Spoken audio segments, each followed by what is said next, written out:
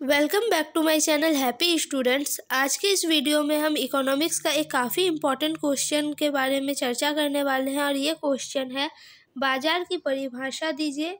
उन 4 तत्वों को लिखें जिनके आधार पर विभिन्न बाजारों को परिभाषित किया जाता है। तो यहाँ पे बाजार क्या है, इसका एक परिभाषा और उन 4 तत्वों को लिखना है जिससे बाजार को परिभाषित हम कर सकते हैं।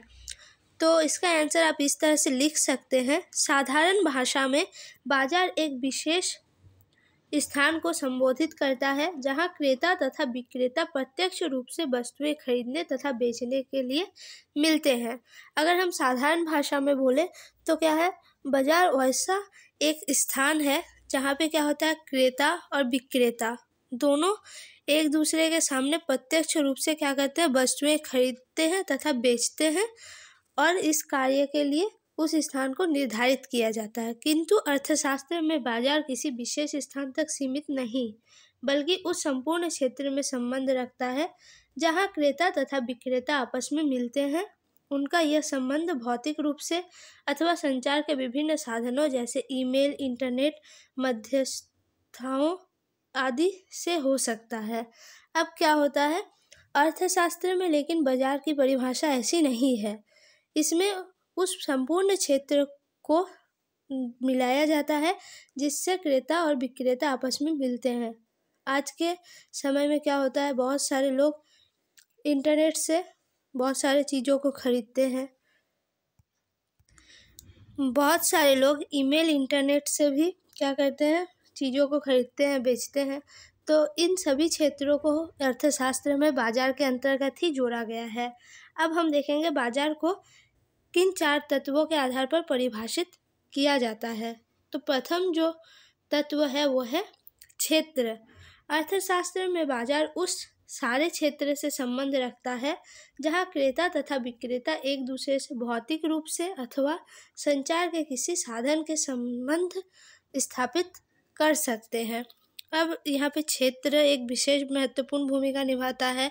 अर्थशास्त्र में क्या है, बाजार का संबंध उस क्षेत्र से है जहां क्रेता और विक्रेता भौतिक रूप से अथवा संचार के किसी साधन के माध्यम से संबंध स्थापित कर सकते हैं।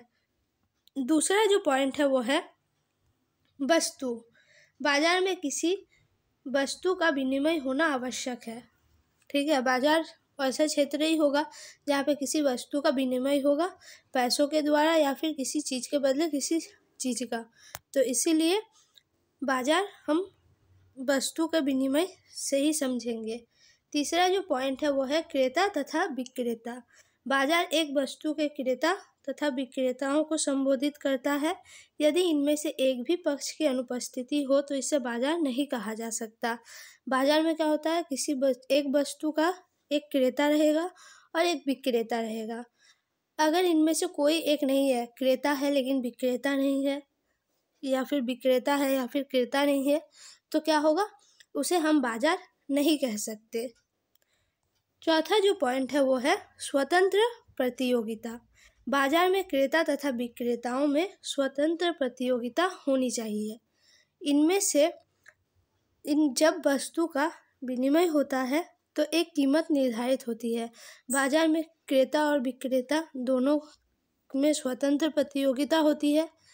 किसी एक वस्तु का विनिमय के लिए एक कीमत निर्धारित रहती है। हम जो सामान खरीदते हैं उसका एक निश्चित मूल्य होता है। तो इस तरह से क्या होगा, एक स्वतंत्र प्रतियोगिता देखने को मिलती है। तो ये 4 तत्व है जिनके आधार पर हम बाजार को परिभाषित करते हैं। तो इस तरह से आप आंसर को लिख सकते हैं। ये वीडियो आपके लिए कितनी हेल्पफुल रही कमेंट में ज़रूर बताइएगा। वीडियो अच्छी लगे तो वीडियो को लाइक, कमेंट, शेयर, चैनल को और भी इम्पोर्टेंट क्वेश्चन के लिए सब्सक्राइब जरूर करें। धन्यवाद।